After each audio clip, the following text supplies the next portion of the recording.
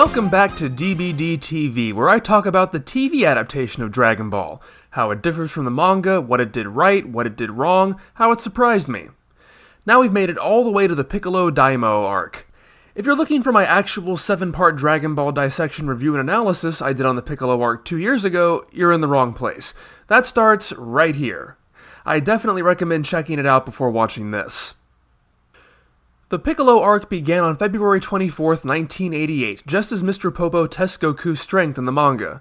Accompanying it was a completely new opening animation that would be used for the rest of the first series. If you live in the US at least, you might not have ever seen it, as it's been left off of all home video releases here. Now, since the TV series so kindly addresses one of my biggest problems with this arc, I feel it only proper to start with the Choshinsui. The Super God Water in the manga drove me crazy, not only because it was another in a series of retreaded moments from the Red Ribbon arc, but because of how easy it was. Goku doesn't have to earn it or learn anything or struggle in any way other than enduring some vague physical pain.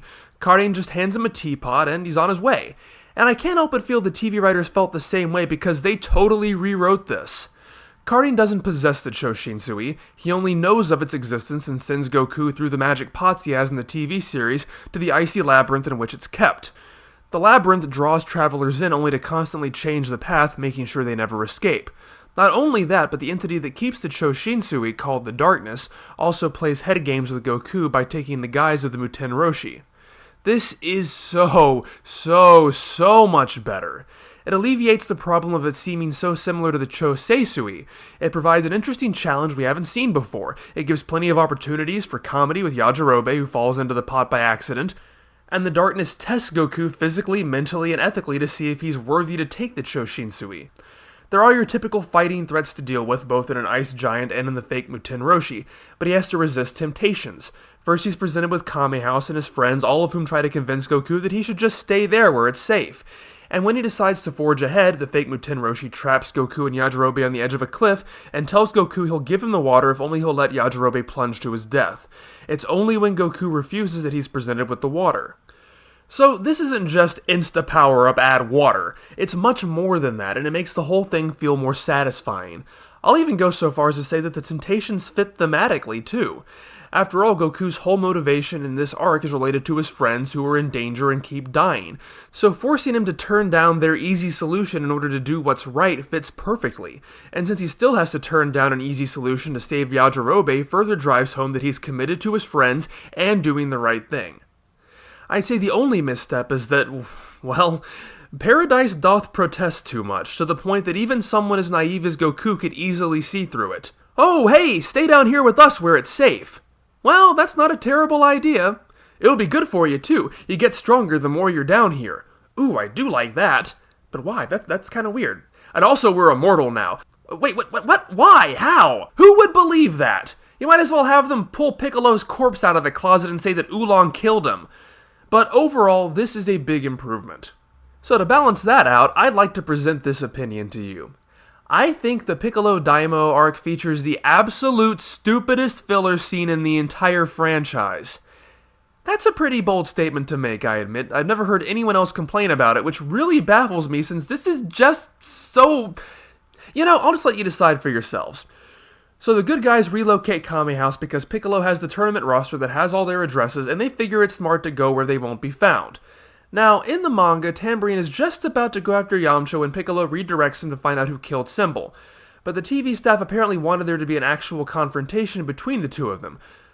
Okay, not a bad idea, although you have to work around how a crippled Yamcha survives where everyone else has failed. And that has the potential to be cool. The ensuing fight is not that bad. It's just everything that surrounds it that's stupid. Allow me to present a dramatic reenactment of the events. I'm looking for this Yamcha guy, but I seem to be lost. Oh look, a tiny house in the middle of nowhere. Let me see if they know where he lives. Pardon me, do you happen to know where I can find this address? What a coincidence! We just happen to be from that address. We don't live there anymore because we're hiding from a demon trying to kill us. That's why we're telling you, complete and total stranger, that we live there. Wait a minute. So they fight for a little while until the moment before Tambourine is about to deliver the death blow. That's when Piccolo tells Tambourine to go find out who killed Symbol. And then we get this. Well, I could kill you now because I was literally just going to, and it wouldn't take more than a moment. And really, I probably should because I only found you this time through random chance, so if you were to say, go anywhere else, I'd probably never be able to find you again. Since you know who I am and what I'm trying to do, it would make sense if you just went somewhere else. So please just do me a favor and stay right there. I think we're going to stay right here. Ladies and gentlemen, that is an impressively stupid bit of writing, don't you agree? Contextually, I did not change anything there. Bluma literally does blurt out where they're from with absolutely no persuasion. Tambourine does leave Yamcha alive, despite having every reason not to. And they never take any action to conceal their whereabouts or ever mention this again, despite Tambourine threatening to come back to this exact location and kill him.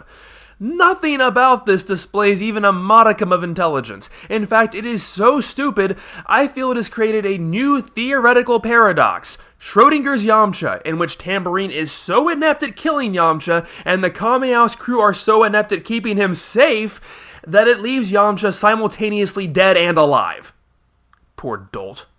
Speaking of Yamcha, after I finished the Piccolo arc before, an awesome fellow named Kid Buu pointed out to me something that I'd missed. Ten Shinhan breaks Yamcha's left leg. Now, Toriyama's fairly consistent after that in showing Yamcha with a cast on his left leg. However, after he arrives to the battle at the end of the arc, probably because Toriyama had only had to draw him from the waist up when he was in the plane, Yamcha's cast is suddenly on his right leg, and it stays that way until he heals. I can't believe I never noticed that before! So, going into this, I was really interested to see if the TV series fixed this inconsistency. Well, they actually did. They fixed it by forgetting about his cast entirely. Good job?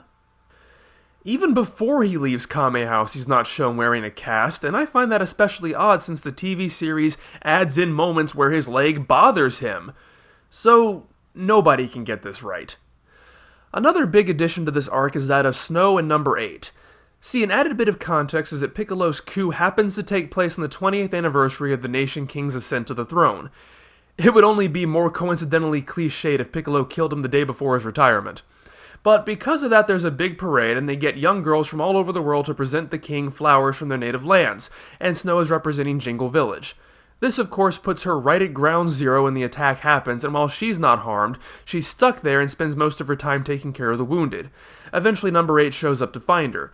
Obviously, this means her one manga appearance, that of watching Piccolo's announcement on TV with her parents, is removed, since it conflicts with this version of events. I never really thought too much about this before, but I think it's actually an important plot line, and I really like the way it's handled. Sno and number 8 never interact with Goku or any of the other main characters. I mean, obviously it's filler, so there's only so much impact this can have. But I think it's good that way because Sno represents what the regular person caught up in this horror is going through. The helplessness, the courage in the face of adversity, someone who has no fighting prowess still doing her best to make a difference. And I think its power is all summed up in this one scene where Sno picks up a dead soldier's rifle and tries to assassinate Piccolo with it. It's just somewhat unsettling because it's so much more realistic than most of what Dragon Ball tries to do. And it's not just her. The TV series really gets into what's going on the ground, so to speak, with all kinds of little moments. There's a point where the guards are whispering orders to each other about the ongoing attack as the flower ceremony's going on. They're doing their best to contain this situation without disrupting the events or causing a panic. That feels real to me, as well as a grim reminder that these people have no idea what they're getting themselves into. And it's not in that blustering military way that fiction, including Dragon Ball for that matter, often presents these things. You know what I'm talking about, the woo-wee, we're going in guns blazing and we're gonna knock his head off, America! These are people carrying out their jobs professionally. And then there are the reactions from the common people, the ones in the western metropolis fleeing for their lives, the punk kids who try to follow the Mazoku way, only some of them don't actually know how to write Ma in kanji, which is hilarious. We even see Bluma's parents again. And then it does an interesting thing and shows the order of law being broken down once Piccolo announces it is. This is in stark contrast to the manga where the only reactions to Piccolo's announcements are people looking on in horror. The only person who even entertains that these might be good ideas still arms herself and heads out to defeat Piccolo, so we can really assume that nobody jumped at the chance to be evil. But not here. Criminals loot, prisons are torn apart, escaped convicts even go after Kame House, and Yamcha and Lunch have to fight them off. The castle guards take up arms against martial artists to finish what Piccolo started, so it's nice to see Piccolo doesn't just forget about that like he seems to in the manga. It does come across a bit simplistically, especially with how willing the criminals are to go back once Piccolo is defeated, but it does remind me a bit of The Dark Knight Rises and how the less pleasant side of humanity can come out when it's pushed to the edge, and that's an idea Toriyama wouldn't explore in his series until the Boo arc. But as long as I'm on the subject of the guards coming after martial artists, I hate that Gumo and Chi-Chi show up in this arc. I hate that they show up in filler at all because I feel it detracts from the surprise of Chi-Chi returning after so long. However, the appearance in the Red Ribbon Army arc I can look past because they wouldn't have known any better and it's still pretty far off from her return. But by the time they show up here, the TV staff would have already known that Goku and Chi-Chi were going to get married, and that none of the characters would recognize her, and that the audience is supposed to be wondering who she is too. I can totally see Goku not recognizing someone who he ran into on one occasion several years ago. She might as well have been that girl from Oolong's village, just a random person he met on his travels. But after all the times he sees her in the anime and immediately recognizes her, it just seems ridiculous that he doesn't figure out who she is.